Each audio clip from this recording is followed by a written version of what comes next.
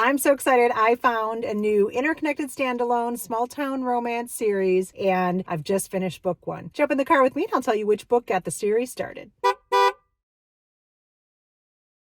I just started Holding the Reins by Paisley Hope. I haven't read her in a while, so I'm eager to kind of try something new. I think the cover seems westernish, but I believe it's like Kentucky Horse Farm, which isn't necessarily western so much as equestrian. I believe our MMC is like an ex-hockey star who's come home. She's kind of she got jilted by her ex-fiance and she was living with him in Seattle, so now she's coming all the way home to Kentucky to kind of I don't know about tend to her wounds, but maybe just restart. Come home. There's this big family farm that she grew up on, and this little small town that I think is going to give me what I always love about small town vibes, found family, good core friend group. We'll see. I don't know. So I'm just guessing based on the description in like in Goodreads, where it'll give you the blurb under the title and then it'll say, like romance, small town romance. It'll give you kind of a general idea. I don't read blurbs, but I will read those. So I have an idea of which way it's going to go. So I have hope this is going to be good. I just started, I think I'm 4 chapters in, and we're just laying out the land, laying out who's who the friend group is, kind of the backstory on our male main character, our female main character. We'll see. So far, so good. I'll let you know. So I've got about another hour, 15 minutes, hour and a half into Holding the Reins by Paisley Hope. It's fun. It's not like mind-blowing or earth-shattering, but it's a really fun, enjoyable romance. Small town romance, kind of. You're getting a little mix, like I said earlier, of a little bit cowboy, a little bit hockey player, a little bit of brother's best friend, so it's a little bit forbidden. So they really hadn't seen each other in like 6-7 years. Both remember each other. He remembers her as this young whippersnapper. She remembers him as a complete playboy about to go to the NHL. They have these assumptions about each other that are wrong. And now that they're starting to meet each other again as adults, it's getting interesting. I'm enjoying myself. I'm probably maybe about 35% in. Right now, I would say it's hovering around a 3.5, 3.75 for me. Perfectly enjoyable, not mind-blowing, but I'm liking it. So, Nash Carter, he's interesting. CeCe's pretty cool. She's on top of it. She's also kind of going through it because she and her fiance Andrew have split up, and she's wised up and realized that he is a completely useless tool, always unfaithful to her and all these things. So he's come to Kentucky to kind of confront her and be like, all right, enough. Like as if her leaving him over this is a phase she's going through. He shows up as like, okay, enough, let's go. You've had your little tantrum. Let's go home, because he's worried about being embarrassed that his fiance left him, not that she should come back, and actually has the gall to say like, I'll try to do better. He'll try. Not that he will, but because of his high stress job, things like that, his indiscretions just happen. Okay, dude. Yeah. No. Let's just say that Nash sees a bit of a confrontation that he doesn't like the way it's going and intervenes. They've been avoiding these feelings that they have for each other, clearly that they're both because of, it's my best friend's sister, and she thinks he's just the playboy he always was because he's 7 years older. So she always kind of saw him growing up as, the star, and then he went to the NHL and, has seen all these rumors in the tabloids, and she just assumes that's who he is, which of course he's not, or at least not now. He admits he was way back when. Anyway, after this confrontation, they kind of give themselves a day to give in to their impulses. Yeah, that was extremely spicy. Written really well, but now that they've given into their impulses and they supposedly for one day, now they have to stick to their rules of we're friends only, we work together. How do they avoid each other now at this point and hide their secret from everybody? It'll be interesting because everybody in their orbit is really cute, really fun. Yeah, I'm interested to see how this goes. She really writes really well. I really enjoy Paisley Hope's writing.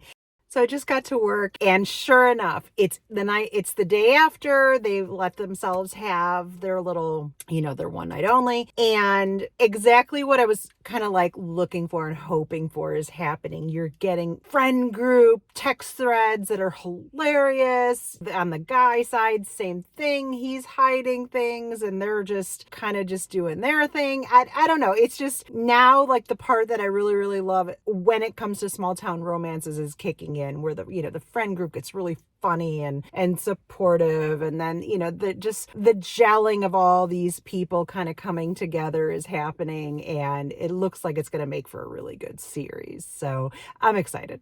So things are getting really, really spicy, fun, chemistry filled. The relationship between Nash and CeCe it's a lot of fun. I forgot how much I like Paisley Hope's writing. There's no way I'm not reading this series. I'm hoping all the books live up to the first one. It's just such a good flow. While things have gotten, really steamy and fun between the two, I feel like we're close to the point where the option of hiding the fact that they want to have a relationship is coming to an end soon. And I'm probably 70% of the way through the book. I feel like they're realizing this is becoming inevitable. It's been fun, and it's the friend group. I don't know why. It just always seems to be my favorite part of when it's a series, interconnected standalones, but it's a series, especially if they've got really good text threads. And the text threads between all the friends, especially the women, are so funny. Like they're and I'm not going to say any of the, the one-liners that they say, because, you should enjoy them for the first time when you read it. I mean, they're really funny. These ladies are funny, which I'm assuming are the people who are going to have the next books. So you're not like deep diving into each of them, but you're getting little tastes of their personalities of the different women. And, some are a little cattier, some are a little spicier, some are a little more demure, so it's pretty funny. I just like that it touches on some of the fun things in a lot of books that we like. Personally, as a lifelong equestrian, I do like that it has the horse element, because not many books do. But you're getting a little bit of your hockey player. But then in the side, he's, part-time cowboy because he's helping on this farm. She's like super, super smart and organized. And yet, he's completely turning her personal life into chaos in a good way. Like, it's just a lot of fun, and I'm really having a good time. So I just finished Holding the Reins by Paisley Hope. That was so much fun. I really enjoyed that. It really just wasn't on my radar. I really need to get to Dove and Fox also to finish out that series. It's been a while since I read Wolf. This was a totally different vibe, being small town romance. There's no motorcycle club or anything like that in it. And I really loved it. I had a really great time. Great friend group, great family, tons of chemistry, good banter, everything I needed, everything I wanted. And I'm absolutely going to be going through the series. Like, I can't imagine not just consuming the whole thing and binging it. 4 stars for me. That's kind of the threshold where I usually go with my small town romances. And yeah, I had a lot of fun. I'm definitely going to continue the next book in the series, and I'll probably use my Audible credit and start it tomorrow.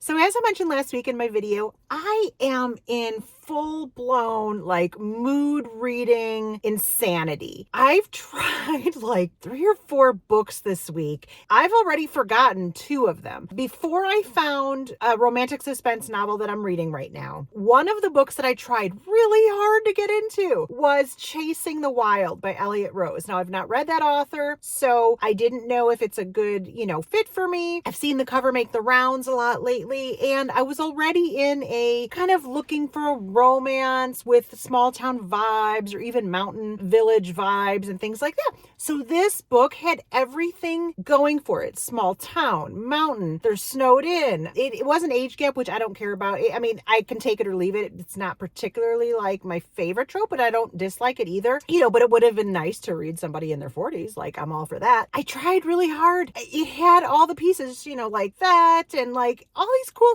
things. Yeah, I got through, I don't know, 20-30%. And I don't know, I don't necessarily want to call it a DNF because I'm sure it's a good book. I feel bad, I guess, if I'm being honest, it is a DNF. It's not that it was bad. It just didn't vibe with me. I think this is a flare up of my mood reading. Like, I'm just in a mood right now. And either it kicks, I sync with it right off the bat, or it doesn't. And it just, I was trying to force it. I just don't think this author and I are a good fit. I'm sure it's a really good book. I'm sure it's really enjoyable. After I DNF'd it, I decided to read the blurb and I'm like, yeah, like it's got everything I could want. Yeah, I just couldn't do it. So unfortunately, Chasing the Wild is going to be a DNF for me. I hope you love it. It looks like it's got all the right pieces and I wish I loved it too. So I started Cold Hearted, which is book 6 in the Cold Justice series by Toni Anderson. This is another one of those books where I Googled, best romantic suspense. This author came up a bunch of times, whether it had been Libby or no, it was just Libby. I just couldn't, I was waiting in line for these books. So Cold Hearted of this series was the one that popped up first. And so I'm like, they're interconnected standalone. So it didn't matter which book I started with, or at least I don't think. I mean, we'll find out. But a really chilling start where we're in the mindset of whoever the serial bad guy is. I'm going to say it that way because I don't know yet what he does. I don't know that we've nailed it down yet, but it's a lot and none of it's good. We start there and then we go into this college girl whose boyfriend, who's the star quarterback, has just been put in prison for the next 30 years. I'm trying to figure out what words you could say on YouTube. So he's been put away for SA of a lot of women. And she and all her friends who live in this house on a campus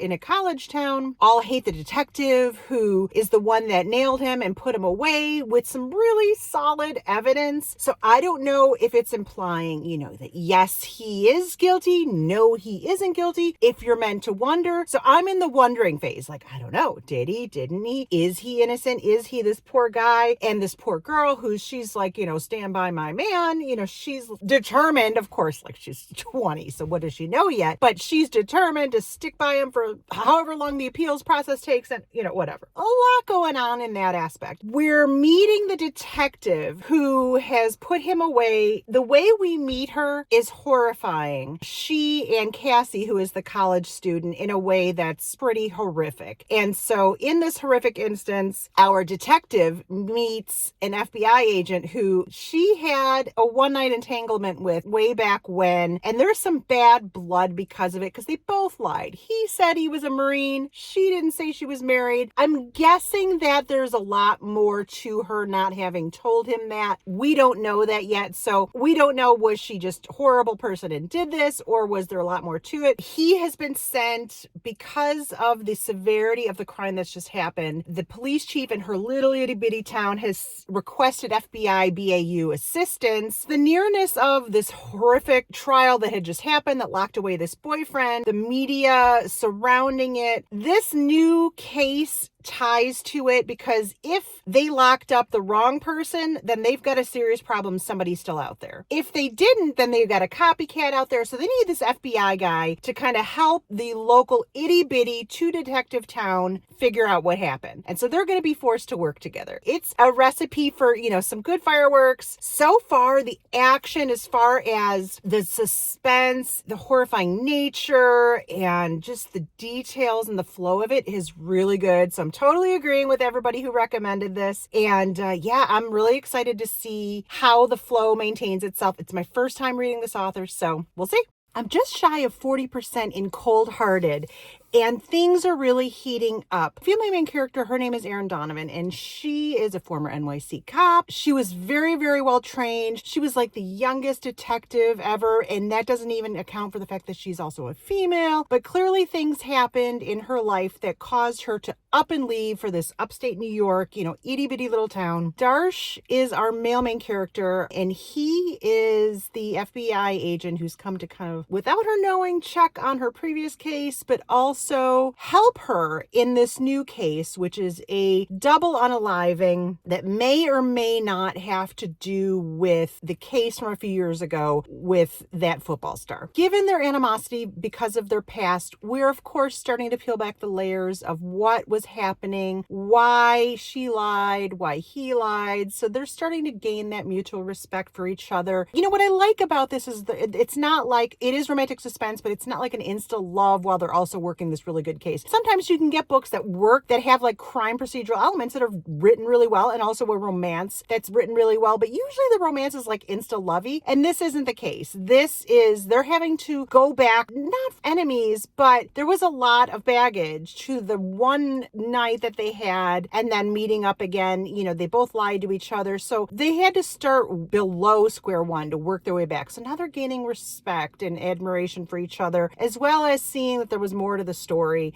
for both of them. And while they're doing that, the prevalence in the book is most definitely the actual crime and solving it, and very police procedural and very crime thriller-ish. And that aspect is really written well, in which a lot's happening, but you could easily follow along. You feel like you're discovering things with the detective. I really am enjoying the style overall, the pacing overall, the tension. You know, I'm really enjoying it. It's really good.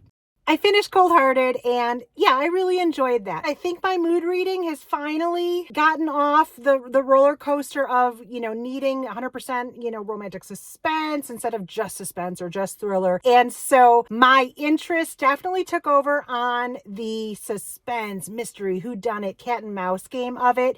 And that really delivered. I enjoyed it. I was kind of between three people as being the possible villain. It had me guessing all the way to the end. The romance was okay. It just didn't blow me away. And maybe the fact that I'm also listening to Paisley Hope right now, and she writes romance and chemistry so well that it's hard to have two romances going at the same time. And so it's not to say that this one wasn't good. I just didn't feel the chemistry that much, but I really enjoyed the cat and mouse, the procedural, the crime thriller aspect of this. Will I continue the series? Maybe not right away, but it's definitely something I can put in my future TBR when I'm looking to rotate what suspense, thriller, mystery, crime, procedural authors I want to read. I like to rotate them just to get a different voice and a different POV. I'm going to go with a 3.5. It didn't blow me away, but I really had a good time. I just didn't feel the chemistry. And if I'm being honest and saying I read this for romantic suspense, then yeah, a good 3.5. The suspense aspect, you know, was more of a 4, but if I'm reading the book overall, I'm going to be honest and just say a 3.5 for me. A really good time. Yeah, I'm glad I read it. So I got an email sending me a ARC copy of an audiobook by Macmillan Audio of Look What the Cat Dragged In by Jason Rekulak. This is a new author for me, and I thought, you know what, why not? I just finished Holding the Reins, and I figured, you know, change it up, give myself a minute break from the Silver Pines books and just kind of, you know, like a palate cleanser. This book comes out October 13th, and now that I've started it, absolutely. If you are looking to line up what you're going to read for Halloween in the month of October, definitely add this to your list. It is quirky and witchy and spooky and mysterious. It's like all the things that you want for an October read. Usually I don't have a lot of time when I'm at work to listen to audiobooks, you know, kind of when I'm doing like mindless tasks. But today was one of the rare days where I'm just working on my computer with a lot of like fonts and line spacing and just like a bunch of things that I can kind of tune out and just listen to something, either music or a book. So I decided to give this book a start today. And now that I've just driven home, I've already 50% of the way through this book. It's a lot of fun. Like I said, it's quirky, mysterious, and witchy, and just everything I want in October. And I've been in a like, let's rush follow along mood anyway. So it's just hitting all the notes for me at the moment. I'm just so sick of summer already. It starts where, you know, some audio book narrators just have that voice that relaxes you and you think, oh, this is going to be a nice little cozy read. And that's kind of what happened. I settled in, and in part one of this book, I'm thinking, oh yeah, this is going to be like a cozy mystery. I didn't really read the blurb, just that it was going to be some kind of thriller or horror. I'm settling in, and all of a sudden the book just takes a sharp left turn into weird, strange, kind of Twilight Zone in my head, or Rosemary's Baby, or I don't even know what. Creepy and weird and mysterious, and there's cats and, witches and all these things. So it's fun. It's just the perfect Halloween time read. So far, so good. I'm 50% of the way through. I don't know if I'll be finishing it tomorrow or the next day, but it's a really fast read, a bit of a page turner, on top of which I've found myself laughing out loud as I'm listening. I want to say 4 to 5 times now. And it's not a comedy, but there's some things that these characters say that I'm just like, oh my gosh.